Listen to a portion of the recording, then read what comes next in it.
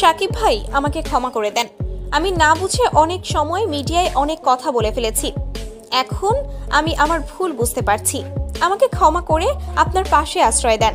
আমরা দুজনে মিলেই বাংলা সিনেমা ইন্ডাস্ট্রিকে এগিয়ে নিয়ে যাব। হ্যাঁ দর্শক, গতকাল এভাবেই শাকিব খানের কাছে ক্ষমা চেয়েছেন অভিনেতা আফরান নিশো, যেটা এখন মিডিয়ায় আলোচনার তুঙ্গে।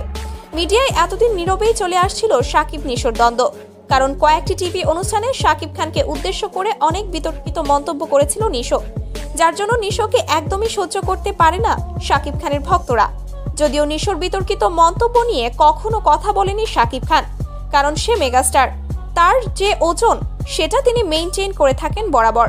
তবে বিপত্তি বাধে শাকিব খানের আপকামিং মুভি তাণ্ডব সিনেমা নিয়ে, যে সিনেমায় নিশোর একটি ক্যামিও রাখতে চেয়েছিল পরিচালক রায়হান রাফি। আর এই খবর মিডিয়ায় লিক হতেই তাণ্ডব সিনেমাটি বয়কট করার হুঁশিয়ারি দেয় শাকিব খানের ভক্তরা। তারা দাবি তোলে, যদি শাকিব খানের সিনেমায় নিশোর অভিনয় করতে হয় তাহলে নিশোকে অবশ্যই শাকিব খানের কাছে ক্ষমা চাইতে হবে। আর অবশেষে তাণ্ডব সিনেমায় অভিনয় করার জন্য শাকিব খানের অফিসে যায় নিশো, এবং শাকিব খানও তাকে সব ভুলে বুকে জড়িয়ে নেয়। আসলে মেগাস্টার হলে তো এমনই হওয়া উচিত। এমনিতেও শাকিব খান সবসময় বাংলা সিনেমার উন্নয়ন নিয়ে চিন্তা ভাবনাই থাকেন। তাই সিনেমা ইন্ডাস্ট্রির স্বার্থে সব ভুলে নিশোকে ক্ষমা করে দিয়েছে শাকিব, আর নিশোও তার করা ভুল বুঝতে পেরেছে।